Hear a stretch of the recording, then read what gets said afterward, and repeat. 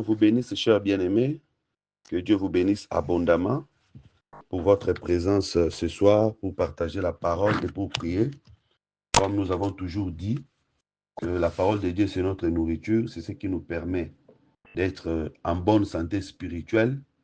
Et c'est par la parole de Dieu que nous avançons, parce que nous sommes dans une marche. Il ne faut pas oublier que nous sommes des étrangers, nous sommes des voyageurs sur la terre. Bien-aimés, notre destination, c'est le ciel. Avant que nous puissions naître sur cette terre, nous étions déjà avec Dieu. Ne pense pas que ça, c'est ta première vie. Non. Nous vivions déjà avec Dieu. Nous sommes venus sur la terre comme des visiteurs et nous allons un jour retourner auprès de notre Père. Donc, chaque jour qui passe, nous mettons un pas vers notre destination. C'est comme ça, il faut manger, comme Dieu avait dit à Élie, mange car le chemin est long. Donc, la nourriture qui nous donne la force d'avancer jusqu'à ce que nous allons arriver là où nous sommes en train de partir, c'est la parole de Dieu. Vous savez, les enfants d'Israël, quand ils sont sortis de l'Égypte pour aller à Canaan, en réalité, ils ne partaient pas à Canaan, mais ils rentraient à Canaan. Pourquoi? Parce qu'ils étaient à Canaan, mais ils sont venus en Égypte et ils devaient retourner à Canaan. Mais tous les gens qui retournaient à Canaan, là, ils n'étaient pas à Canaan physiquement. Ils étaient à Canaan au moyen de leurs ancêtres, parce que leurs ancêtres étaient à Canaan. Donc, ils étaient à l'intérieur de leurs ancêtres. Vous voyez? Voilà pourquoi peut-être physiquement, tu peux dire, moi, je n'ai jamais été au ciel. Non, tu étais au ciel dans la pensée de Dieu.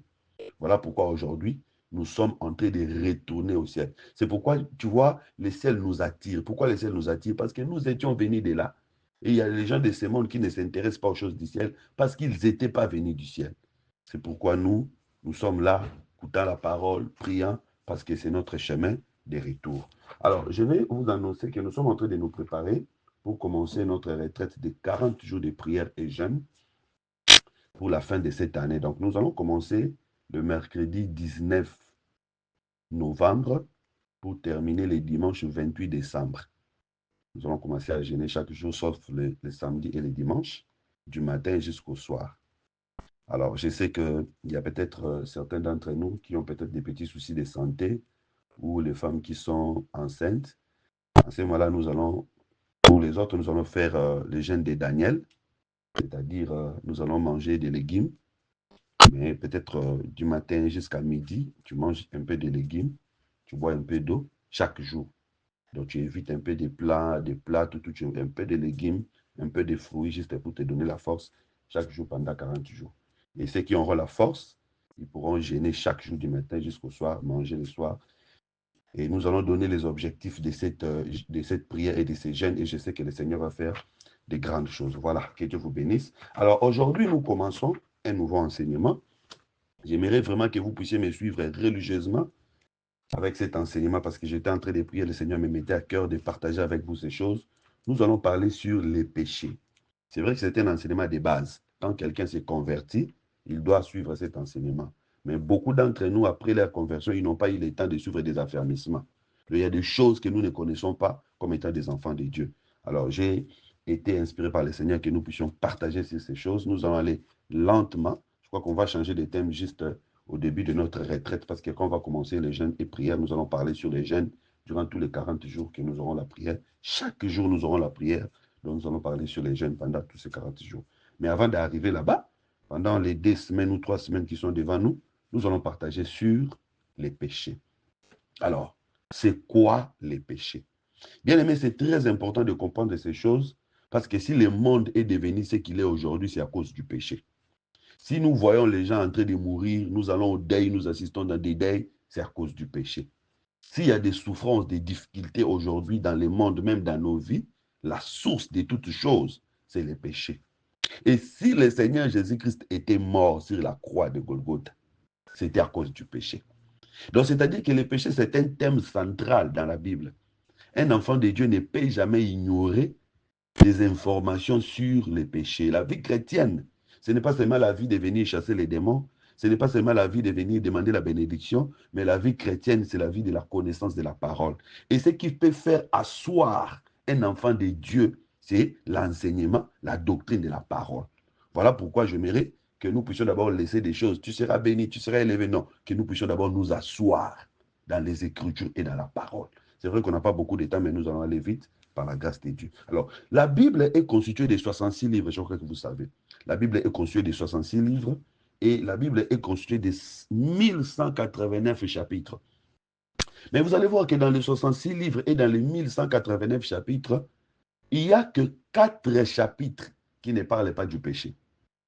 Il n'y a que 4 chapitres qui ne parlent pas du péché. Genèse 1 et Genèse 2, et puis Apocalypse 21 et Apocalypse 22. C'est seulement là où on ne parle pas du péché ou des hommes du péché. Mais dans le reste de la Bible, on parle soit du péché, soit du pécheur, soit des conséquences du péché. Donc, tout tourne autour du péché, c'est-à-dire que c'est quelque chose qu'on ne peut pas négliger. Et les péchés, on ne peut pas les fuir aujourd'hui. Bien aimé, tu peux fuir l'impudicité, c'est-à-dire tu fuis une femme ou tu fuis un homme, mais tu ne fuiras jamais le péché de l'impudicité parce que ça marche avec nous. Alors, pour vaincre, il faut avoir une connaissance bien assise.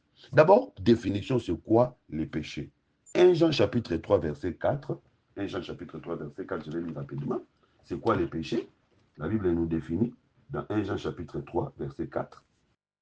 Celui qui commet le péché viole la loi de Dieu, car le péché, c'est la violation de cette loi. Donc, le péché, c'est la transgression de la loi de Dieu, la transgression de la parole de Dieu, c'est ce qu'on appelle péché. Ou encore, en d'autres termes, en termes simples, le péché, c'est la désobéissance à la parole de Dieu. Quand quelqu'un désobéit à la parole de Dieu, on dit qu'il a péché. Exemple, Dieu dit dans le jardin d'Éden que tu ne toucheras pas à ses fruits. Adam a touché, donc il a péché. Tu ne mangeras pas ses fruits. Adam a mangé, donc il a péché.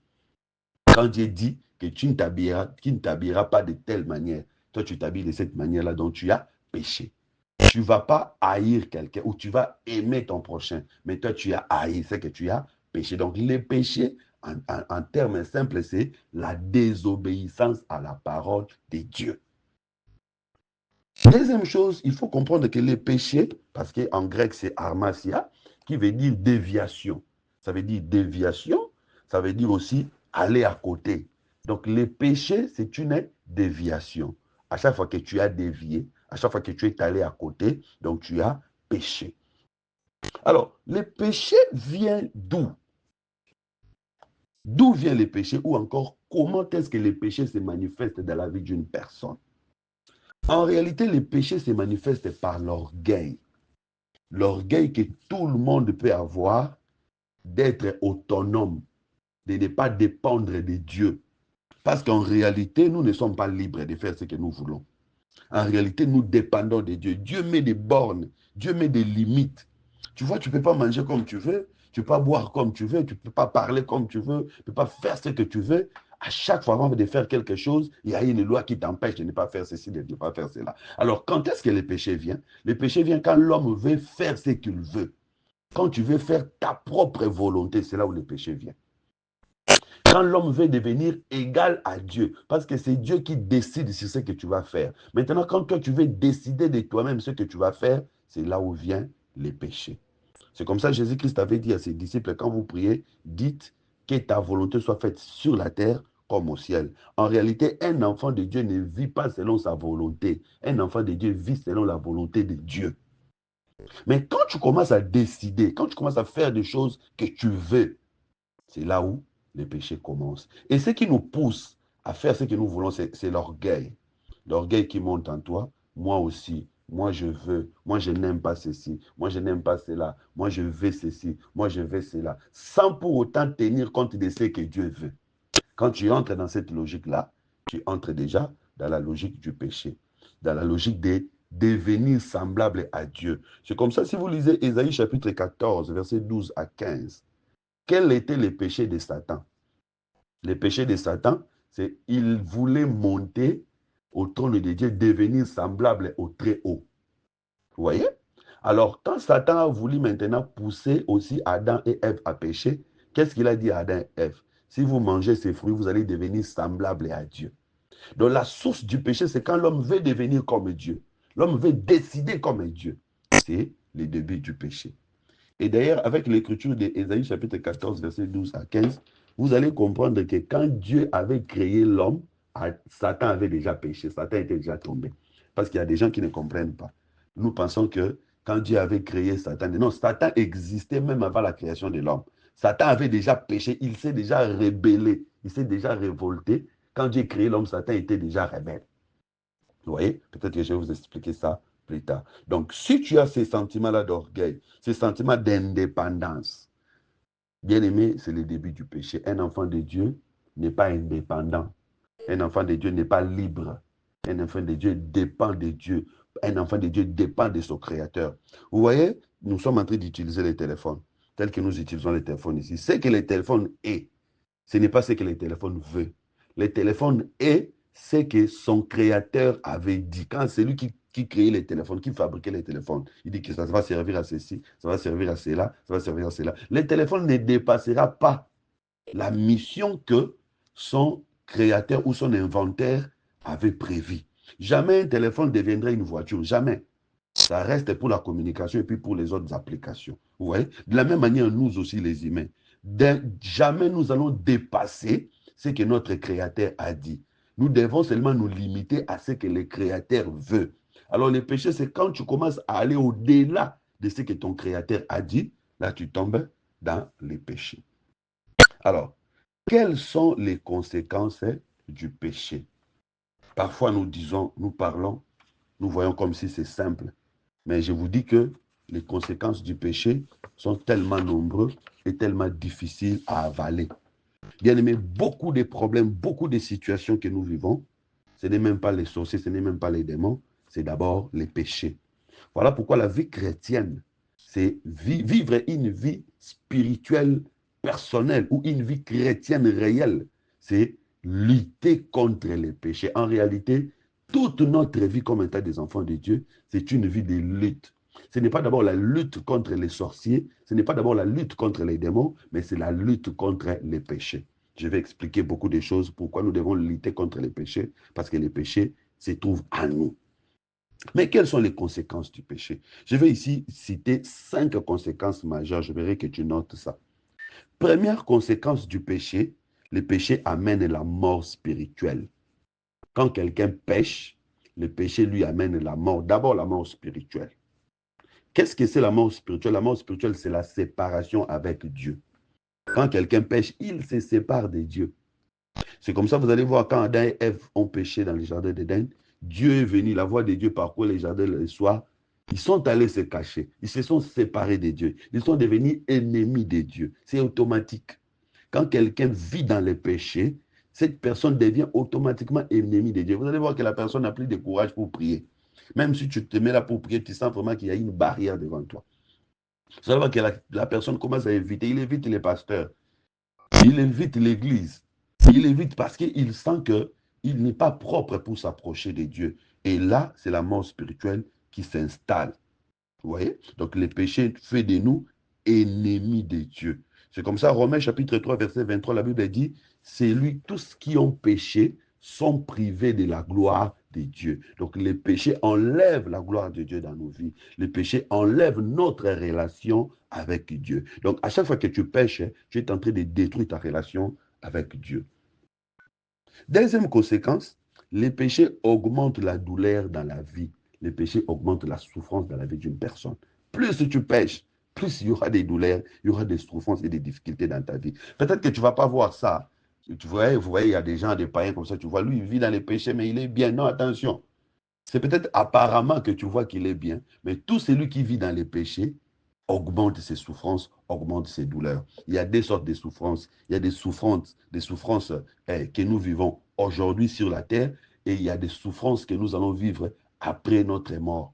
Vous voyez? Parce que quand les gens meurent, il y a des destinations où les gens vont. Ceux qui craignent Dieu vont dans les lieux de repos. Ceux qui ne craignent pas Dieu vont dans les lieux de tourment. Là, il y a la souffrance. Et qu'est-ce qui allume l'effet des tourments? C'est les péchés. Plus tu vis dans les péchés ici sur la terre, plus tu allumes ton fait de tourments là où tu vas aller après ta mort.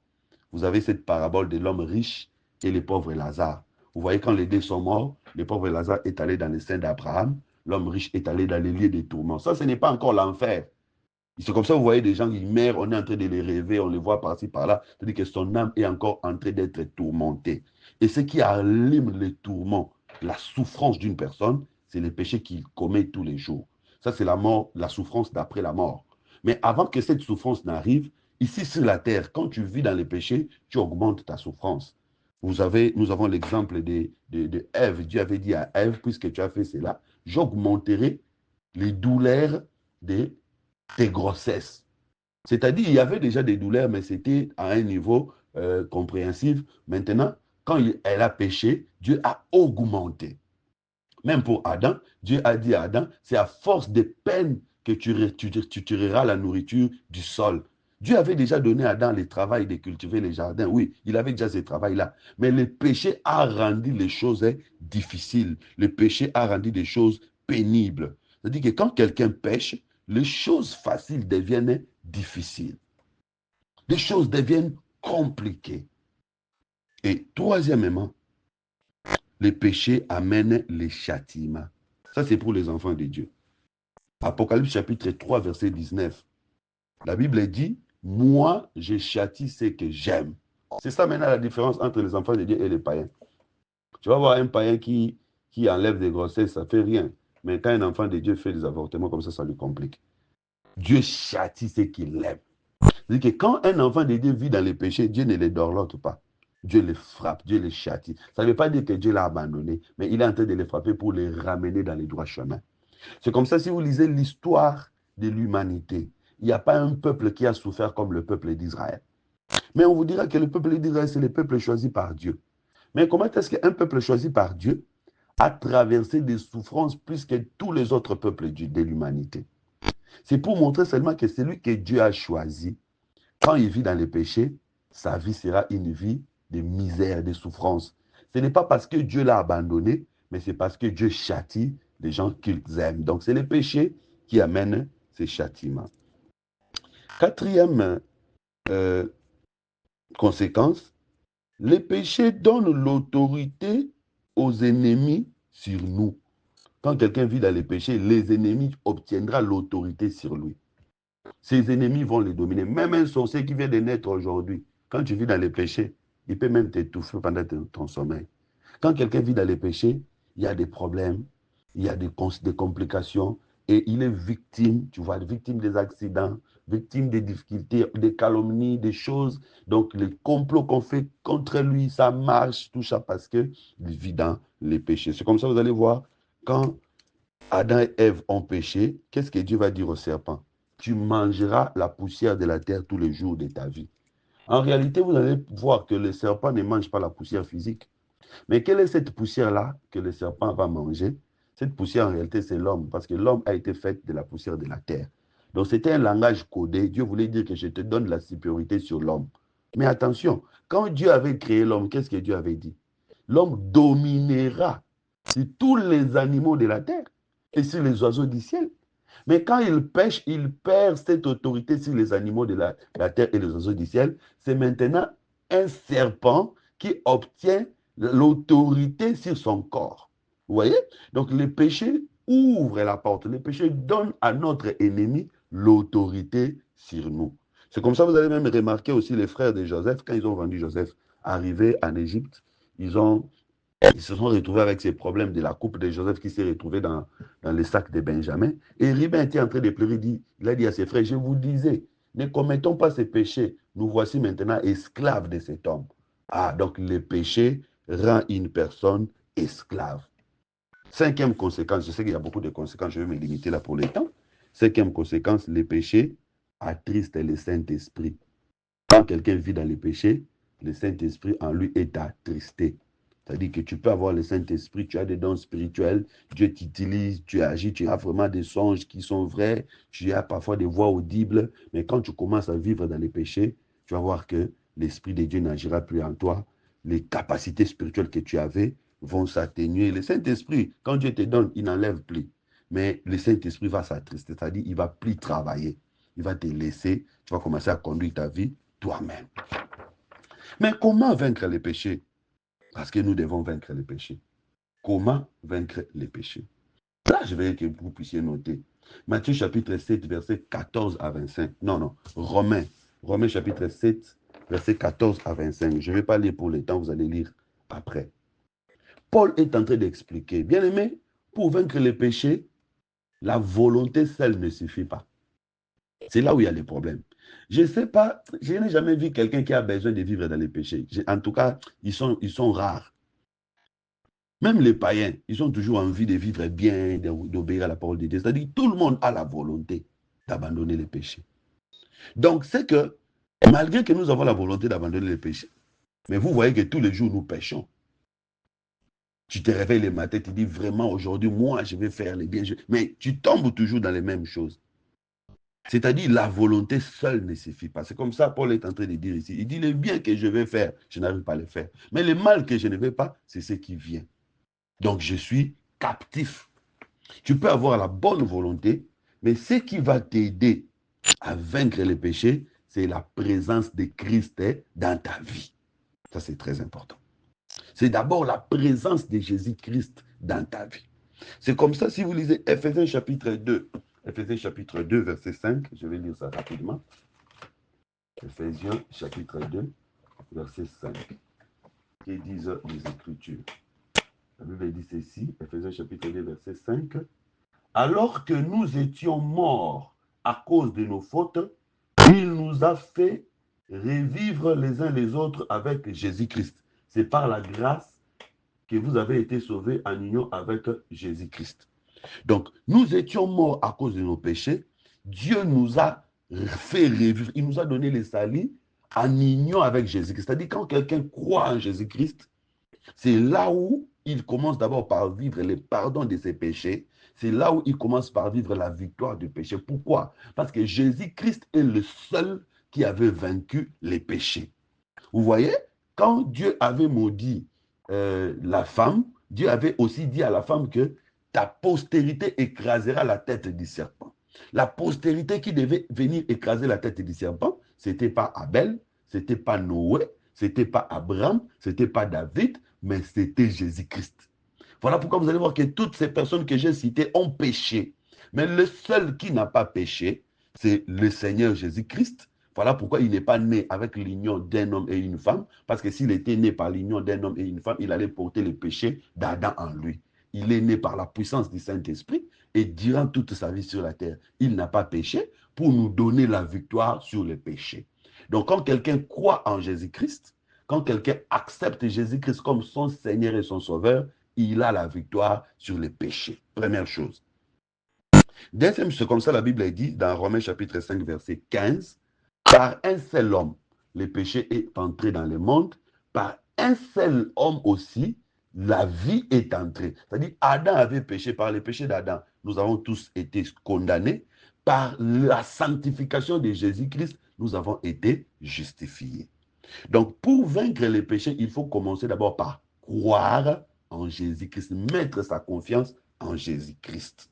C'est comme ça que vous allez remarquer, bien aimé, ça c'est merveilleux. Quand Adam a péché, Dieu avait dit, le jour où tu mangeras les fruits, tu mourras. Le jour où Adam a mangé, il n'est pas mort physiquement, il est mort spirituellement. Mais qui était mort ce jour-là? C'était un animal qui était mort pour qu'on prenne la peau de l'animal, qu'on puisse revêtir Adam. Vous voyez, c'est que l'animal était mort à la place d'Adam. Donc lui, il a péché. Au lieu que lui, il meurt, ce n'est pas lui qui est mort, mais c'est l'animal qui est mort à sa place. C'est que la mort de l'animal, c'est pour donner à Adam la victoire sur le péché. Parce que la nudité d'Adam, c'était le symbole de son péché. Quand l'animal est mort, la peau de l'animal a couvert la nudité d'Adam. C'est-à-dire que Adam a vaincu à cause de la mort de l'animal. C'est comme ça que vous allez remarquer même plus tard, il y a Caïn et Abel. Caïn, c'est le mauvais fils. Abel, c'est le bon fils. Ce n'est pas Caïn qui mourra, mais c'est Abel qui mourra. Abel est mort avant Adam. Or, Abel, ici, c'était l'image de Jésus-Christ qui naîtra, qui sortira de la postérité de la femme, mais qui sera saint, pur, pour mourir à la place de ses parents, à la place de l'humanité. Donc, la mort du Christ, si nous mettons la foi dans la mort de Jésus, nous allons commencer par vaincre les péchés. Mais ce n'est pas seulement la foi dans la mort de Jésus-Christ. Deuxième chose, Matthieu chapitre 26, verset 41, la Bible dit, veillez et priez. C'est-à-dire que si tu veux vaincre les péchés, il faut prier. Prendre le temps de prier. Bien aimé, celui qui n'a pas une vie de prière ne vaincra jamais les péchés et tu vivras toutes les conséquences des péchés. Mais quand tu augmentes ta vie de prière, le Seigneur te donne la force au moyen du Saint-Esprit. Tu crois en Jésus-Christ, tu te donnes à une vie de prière, le Seigneur te donne le Saint-Esprit te donne la capacité de vaincre les péchés.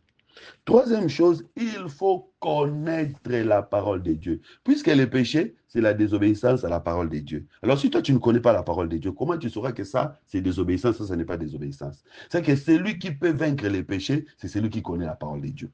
Voilà pourquoi nous avons le devoir d'enseigner les enfants de Dieu.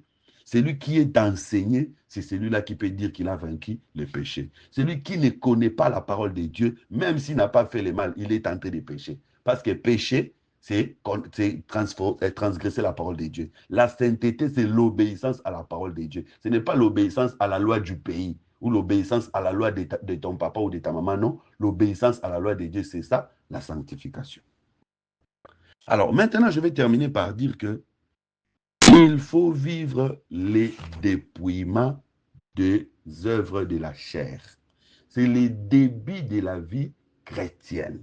Tu ne peux pas dire que tu es enfant de Dieu, que tu commences à marcher avec Dieu, ou tu ne peux pas commencer à expérimenter la main de Dieu si tu n'entres pas dans le processus de dépouillement des œuvres de la chair. Beaucoup de chrétiens ont sauté cette étape. Voilà pourquoi nous devons revenir en arrière. Bien-aimés, Dieu agit à nous comme un agriculteur qui sème. Nous sommes unitaires, Dieu sème à nous pour que les choses puissent se manifester. La guérison, la bénédiction, ce sont des produits, des manifestations de la sémence que Dieu est en train de s'aimer à nous. Et cette sémence, c'est quoi? C'est la parole. Il ne faut pas négliger la parole. L'apôtre Paul dit, si nous avons sémé en vous les biens spirituels, est-ce que c'est une grosse affaire si nous avons récolté des biens matériels? Ah, c'est-à-dire que les biens spirituels produisent des biens matériels. C'est quoi les biens spirituels que nous sémons en vous? La parole que je prêche ici, je suis en train de s'aimer. Les prières que nous faisons pour les enfants de Dieu, nous sommes en train de s'aimer. Tout ce que nous faisons là, ça va produire. Ça ne va pas produire seulement les choses spirituelles, ça va aussi produire des choses physiques. Tu vas avoir un mariage, une guérison, la santé, tout ça, toutes les ouvertures, ça vient. Mais avant qu'on sème sur une terre, on doit faire un travail. C'est quoi le travail qu'on fait? Le travail de remuer le sol, d'enlever des pierres, d'enlever des mauvaises herbes avant de s'aimer. C'est là où nous avons dit que beaucoup des enfants de Dieu ont sauté cette étape. Directement, on commence à s'aimer en toi des connaissances, des révélations. Directement, on commence à te bombarder de bénédictions. Tu seras élevé, tu seras... Mais on n'a pas pris le temps d'enlever des pierres. Bien aimé, si on sème là où il y a des pierres, des cailloux, des bouteilles cassées et des immondices, cette semence ne produira pas. Voilà pourquoi on a beaucoup prophétisé sur toi, on a beaucoup prié pour toi, on a beaucoup parlé sur toi, mais tu ne vis pas un changement. Pourquoi? Parce que le premier travail n'a pas été fait, le travail de remuer le sol et enlever les immondices. C'est ce qu'on appelle dépouillement. Donc, la marche avec la vie chrétienne commence par les dépouillements. Alors, très rapidement, il faut se dépouiller de quoi? Bien aimé, j'ai dit qu'il faut connaître la parole de Dieu et la connaissance de la parole de Dieu nous poussera au dépouillement. Il y a beaucoup de choses, mais je vais citer ici des éléments clés. Là, c'est le filtre, ce que j'appelle le filtre de la conscience. Tu peux mesurer ton attachement avec Dieu à travers ces choses. Première chose, les mensonges. Ephésiens chapitre 4, verset 24. Le dépouillement du vieil homme commence par le dépouillement du mensonge. Que tu arrives à dire la vérité, même si c'est à ton défaveur, ou à ta défaveur, que tu arrives à dire la vérité. Ephésiens chapitre 4, verset 24. Deuxième chose, que ta langue soit guérie, que ta langue soit brûlée. Il y a des gens qui ont encore une mauvaise langue. Quand cette personne te répond, quand cette personne te parle, tu vas fermer les oreilles. Tu n'auras plus besoin de lui adresser la parole des mains. Mais ils sont des enfants de Dieu, ils sont des chrétiens. Quand tu es encore à cette étape-là, tu n'as pas encore vécu les dépouillements, tu es encore sous la domination du péché. Les calomnies. Il y a des gens qui continuent encore à calomnier les gens. Tu vois vraiment quelqu'un qui monte une affaire contre son frère, contre sa soeur, mais c'est un enfant de Dieu. Attention. Colossiens chapitre 3, verset 8. La cupidité et la fraude, des gens qui trompent pour gagner de l'argent, cupidité, même des femmes cupides dans les mariages, une femme menteuse à cause d'argent, un homme menteur à cause d'argent. Il y a des mariages qui se brisent aujourd'hui à cause de l'argent, la cupidité. Personne ne sera enterré avec l'argent. personne ne pourra acheter le paradis à cause de l'argent. Personne ne peut acheter la mort à cause de l'argent. 1 Thessaloniciens chapitre 4, verset 6, verset 28. L'ivresse, si jusqu'aujourd'hui tu bois, tu t'enivres, tu es encore sous la coupe du péché. Ivresse. Ephésiens chapitre 5, verset 18. La colère. Bien aimé, si tu es encore colérique jusqu'à aujourd'hui, c'est que tu es encore sous la coupe du péché. Colossiens chapitre 3, verset 8. L'impudicité et l'adultère. Si tu vis encore toutes ces choses, tu es encore sous la coupe de l'ennemi. La haine et la jalousie. 1 Jean chapitre 2, verset 15. Bien aimé, si tu continues encore à haïr, si tu n'as pas l'amour envers les prochains, même envers les étrangers, tu es encore sous la coupe du péché. Finalement, Matthieu chapitre 16, verset 24. Renoncer à toi-même. Celui qui n'a pas encore renoncé à toi-même, celui qui est égoïste, égo, c'est-à-dire moi, celui qui dépend, celui qui fait que tout tourne autour de lui, que tout soit pour lui, cette personne est encore sous la coupe de péché. Et quand tu es sous la coupe de péché, tu es encore loin du Seigneur. J'aimerais que nous puissions prier, bien-aimés, dans le Seigneur, que nous puissions demander à Dieu de nous remplir de son esprit. Notez bien, la volonté seule ne suffira pas. Tu peux avoir la volonté, mais si ta conscience n'est pas éclairée, que le Seigneur puisse éclairer notre conscience, afin que non seulement la volonté, mais que nous ayons également la force et la capacité de renoncer au mal et de suivre le Seigneur. Prions au nom de Jésus-Christ.